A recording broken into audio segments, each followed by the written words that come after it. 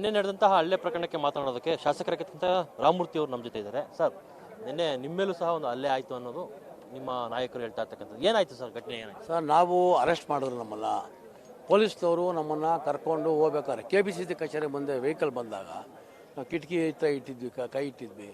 ಬಲವಾದ ನಾನು ಏನು ಅಂತ ನಮಗೆ ಗೊತ್ತಾಗಿಲ್ಲ. ಆಮೇಲೆ ಬಸ್ಸು ಯಾವಾಗ ಹೊಡೆಯಕ್ಕೆ ಶುರು ಮಾಡಿದ್ರು, ಹಿಂಸೆ ಆಯಿತು.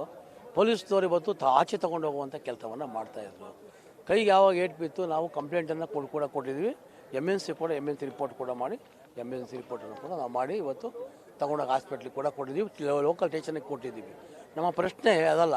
ಪ್ರಶ್ನೆ ಇವತ್ತು ಪೊಲೀಸ್ ಕಸ್ಟಡಿ ನಾವು ಬಂದಮೇಲೆ ನಾವೆಲ್ಲ ಪೊಲೀಸ್ ಕಂಟ್ರೋಲಲ್ಲಿ ಇರಬೇಕು. ನಾವೆಲ್ಲ ಪೊಲೀಸ್ ಕಸ್ಟಡಿಗೆ ಅಷ್ಟು ಶಾಸಕರು ಬಂದು ಅರೆಸ್ಟ್ ಮಾಡಿದ್ಮೇಲೆ ನೀವು ಸೇಫ್ಟಿಯಾಗಿ ಕರ್ಕೊಂಡು ಹೋಗಬೇಕೇ ಹೊರತು ಕಾಂಗ್ರೆಸ್ ಕಚೇರಿ ಮುಂದೆ ಯಾಕೆ ತಗೊಂಬಂದು ಗಾಡಿ ಸ್ಟಾಪ್ ಮಾಡಿದ್ರು? ಹೊಡಿಬೇಕಾದ್ರೆ ಇವ್ರು ಏನು ಮಾಡ್ತಾಯಿದ್ರು?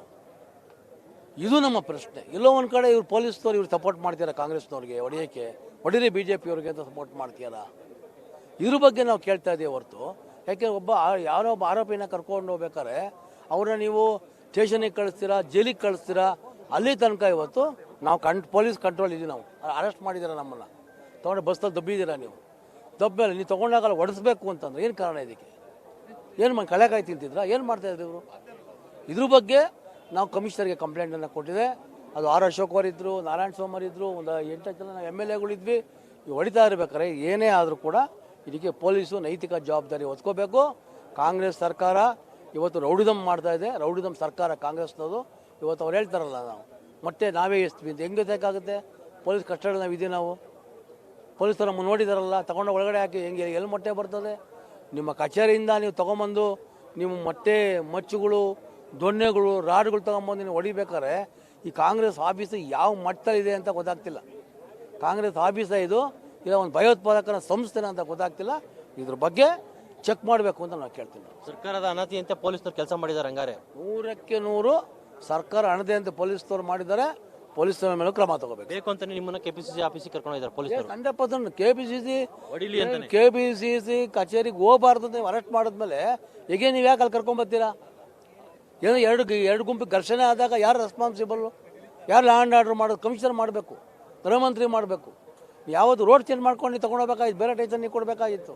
ಅದು ಬಿಟ್ಟು ಅದೇ ಸ್ಟೇಷನ್ ಬಂದು ಅವ್ರು ಅಟ್ಯಾಕ್ ಮಾಡ್ತಾರೆ, ಗಾಡಿ ಸ್ಲೋ ಮಾಡಿದಾಗ ಅವ್ರು ಅಟ್ಯಾಕ್ ಮಾಡಿದಾಗ ಈ ಅರ್ಥ ಏನು ನಮ್ಗೆ ಗೊತ್ತಾಗ್ತಾಯಿಲ್ಲ. ನಮ್ಗೆ ಸರ್ಕಾರ ಇವತ್ತು ಆಜ್ಞೆ ಮೇಲೆ ಪೊಲೀಸರು ಮಾಡಿದ್ದಾರೆ. ಅರೆಸ್ಟ್ ಮಾಡಬೇಕು. ಯಾರ್ಯಾರು ಅಧಿಕಾರಿ ಅವ್ರು ಸಸ್ಪೆಂಡ್ಗಳು ಮಾಡಬೇಕು. ಯಾರ್ಯಾರು ಹೊಡೆದ್ರು ಅಷ್ಟು ಜನ ಅರೆಸ್ಟ್ ಮಾಡಬೇಕು. KPCC ಅಧ್ಯಕ್ಷರು ಹೇಳ್ತಾರೆ, ಮೊಟ್ಟೆ ಎಸೆಯ ಸಂಸ್ಕೃತಿ ನಮ್ದಲ್ಲ, ಅದು BJP ಅವ್ರದ್ದು, ಅದು ವೆಸ್ಟ್ ಬೆಂಗಾಲ್ನಲ್ಲೇ ಅವ್ರು ಸಾಬೀತು ಮಾಡಿದ್ದಾರೆ ಅಂತ.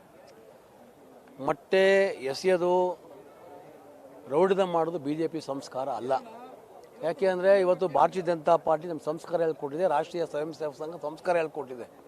ಇವತ್ತು ಹೊಡೆದು ಗಲಾಟೆ ಮಾಡಿ ಇವತ್ತು ಭಾರತೀಯ ಜನತಾ ಪಾರ್ಟಿ ಆಫೀಸ್ ಬಂದು ನೀವು ಹೋರಾಟ ಮಾಡ್ತೀರಾ? ವಾರಕ್ಕೊಂದು ಹೋರಾಟ ಮಾಡಿದಾಗ ಯಾವಾದ್ನಾರ ಒಬ್ಬ ಮೊಟ್ಟೆ ಎಸೆದಾನ? ರಿಪ್ಲೈ ಮಾಡೋರ? ಬರ್ತಾರೆ, ಪೊಲೀಸ್ ಅರೆಸ್ಟ್ ಮಾಡ್ಕೊಂಡು ಹೋಗ್ತಾರೆ. ಅದು ಬಿಟ್ಟು ಇವತ್ತು ನಮ್ಮ ಆಫೀಸ್ಗೆ ಹೋದಾಗ ನೀವು ಹೊಡೆದಾಗ ನೀವು ಬುದ್ಧಿ ಹೇಳಬೇಕು ಅಧ್ಯಕ್ಷರು. ಅದು ನಿಮ್ಮ ಜವಾಬ್ದಾರಿ, ಬುದ್ಧಿ ಹೇಳೋದು. ನೀವೇ ಸಪೋರ್ಟ್ ಮಾಡ್ತಾ ಇದ್ರಲ್ಲ, ಎಲ್ಲ ಕಡೆ ಹಿಂಸೆ ಪ್ರೇರಣೆ ಮಾಡ್ತಿದ್ದಾರೆ. ಇದ್ರ ಬಗ್ಗೆ ನಾವು ಖಂಡನೆ ಮಾಡ್ತೀವಿ. ಇದಿಷ್ಟು KC ರಾಮಮೂರ್ತಿ ಅವರ ಮಾತು. ಕ್ಯಾಮರಾಮನ್ ರಮೇಶ್ ಜೊತೆ ರಾಘವೇಂದ್ರ, ಪವರ್ TV, ಬೆಂಗಳೂರು.